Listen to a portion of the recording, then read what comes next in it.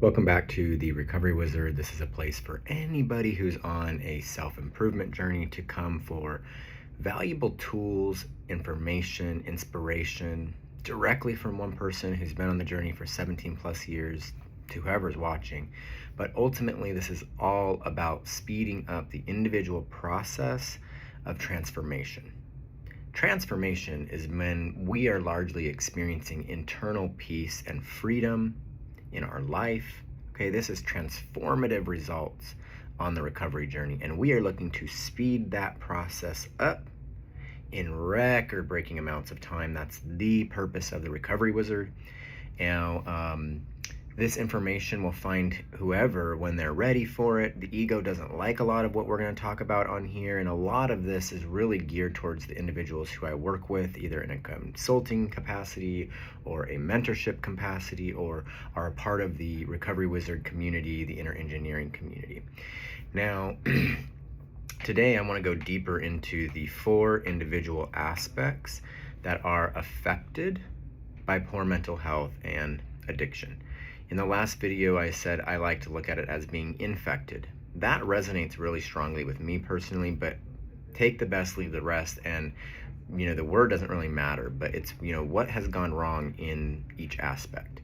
So before we get into this, we must understand that one of the biggest pitfalls and obstacles that we're dealing with in relation to a recovery journey, which, by the way, it's the removal of the obstacles and pitfalls that are what are speeding up the process of transformation. Okay, we can get stuck in these pitfalls and obstacles for a lifetime, and one of the biggest ones is not knowing what we're actually dealing with. This is universal. This is for everybody. Okay, if we're not knowing what we're actually dealing with, then we're gonna have a really difficult time effectively remedying it, right? Correcting it.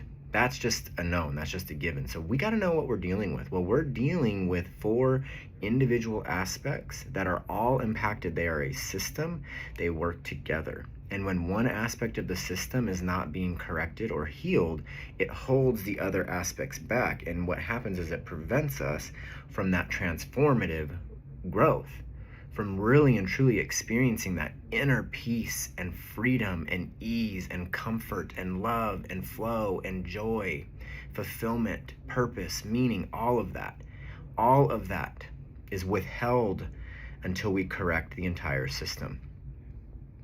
So this is really, really important, because each individual aspect has to have a sufficient strategy to correct what's going wrong there, and then we work them together simultaneously as a whole. Right? And that leads to the reintegration. That leads it to a harmonious reintegration. And the more effectively that we can reintegrate, the quicker we're going to experience transformation. Okay, I've literally just said that a bunch of times, but anyways, the first aspect that we're going to look at is the spiritual aspect.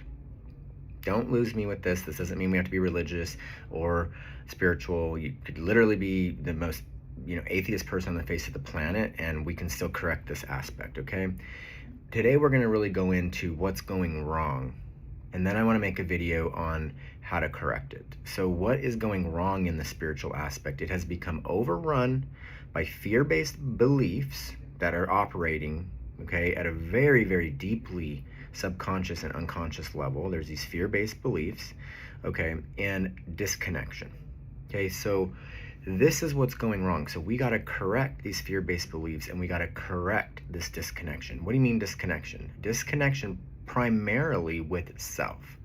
Okay, so pretty much all of us that are experiencing any form of mental health issues, including addiction, are dealing with this disconnection with the self. The relationship with the self is distorted, it's disconnected.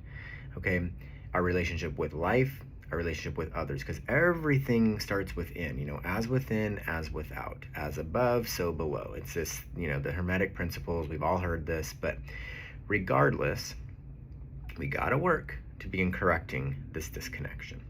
Okay, largely this happened because I've talked about this in other videos, because we learned to abandon ourself. We learned to abandon our true self, who we truly were, right, in order to maintain connection. connection is a survival need of a human being. We have to feel connected. We have to feel loved. We have to feel accepted. It's like being a part of. We have to literally be taken care of. We're like the weakest animal in the kingdom, okay? Like we have to be coddled forever just to survive. We all know this. But what we've done is we've learned to let go of our authenticity, to abandon our authenticity in order to maintain connection. Okay, this literally has left us severed from our intuition, from our creative life force energy, who we actually are. We've severed it, okay, to create this version of ourselves that could be accepted. Okay, that's where everything got started here with the spiritual aspect. So as a part of our healing and recovery plan, we have got to begin correcting this. If we do not correct this, we will not find internal peace and freedom. So this is one big major aspect. And this is one big major aspect of what it is that I work with and help people correct. Okay. As I said, we're not going to go into the strategies. Okay. We just got to know what the hell is going on. Okay. So that's the first aspect. The next aspect is the mental aspect. Okay. Now, we don't have to look at this one first, then this one, then this one, but it is a little bit helpful to kind of see it like that. Sometimes that can be helpful. Okay, but this mental aspect, so what's going wrong here? Okay, so as a result of the disconnection in the mental aspect, there's insecurity. Okay, so we are dealing with insecurity in the mental aspect, and we'll kind of go a little bit deeper into that. And then the other part is distortion. So these fear-based beliefs have led to distortion or illusion. So we are not seeing things super clearly. We're seeing things through the lens of these distorted beliefs, which rightfully so. This all happened experientially. Okay, there were experiences in our lives that led us to believe these things and create vows around these things. But that's an issue. That's a part of this healing process. We've got to learn how to let go of these distorted beliefs. And just like I said, we got into it experientially, we get out of it experientially. We have to have new experiences that are going to prove these limiting beliefs invalid. That's a part of the healing process, okay? And that's another major pitfall, is that many people are going about their recovery in a way that's not allowing them to have these new experiences. So they stay stuck. Anyways, so we have this insecurity, okay, as a result of this disconnection. If you just think about it, this would make sense, because if we've lost track of our true self, if we've abandoned that version of ourself long ago, deeply unconscious to this, okay, we are in an insecure relationship with self. We are not attached to our intuition. We're not attached to our inner knowing. We're not attached to our truth. We are trying to come up with all of these things to fit in, to look right, look right in the eyes of society, whatever it is, right? But it's not our truth. Okay, so there's an insecurity there, okay, because it's not whole, it's not complete, it's fragmented. Okay, so this is how we find ourselves having insecure attachment styles, right? We have that anxious, that avoidant, that anxious avoidant, right? But very few of us actually have that secure attachment, because we don't even have that with ourselves. So as a part of our healing journey, we got to begin to work through this insecure attachment, okay, this mental insecurity, which leads to all these mental health issues. Okay, we don't even get into that. That's a whole nother video. And then this distortion and this illusion. And that's another big, huge issue, because a lot of people, including myself when I was on my recovery journey, until I started really working with mentors and sponsors who could help me to see things clearly, I was looking at my situation through the distorted lens. I couldn't see the situation very clearly. I couldn't see the reality of the situation because I was looking at it through the distortion. Okay, so that's a big thing. We got to have that tool as a part of our recovery plan in order to really see things for what they really are. And that means that there's got to be some tough love once in a while. I remember one of my sponsors telling me early on, okay, it was like all these guys, and they were getting, I'm not super active in 12-step anymore, but that was a big part of my recovery journey. And all these people who had less sober time than myself were getting sponsees and working with people. And I kept looking at myself and like, well, why do I not have any sponsees? Why is nobody wanting me to help them? And I remember my sponsor very clearly. I was asking him this, and he was like, Justin, you don't have anything anybody wants. I was like, what? That fucking burned. But he was right. He was right. And that was a tough pill to swallow. But, you know, it is what it is. Anyways, the next part of, the next aspect is the emotional aspect. Okay, this is huge. And this is one of the most difficult ones for us to remedy. Okay, this emotional, this is where we're going to get into the feelings and all of it, right? That's what's largely happening here, is we become so disconnected to our feeling body. We don't want to feel. We don't like to feel.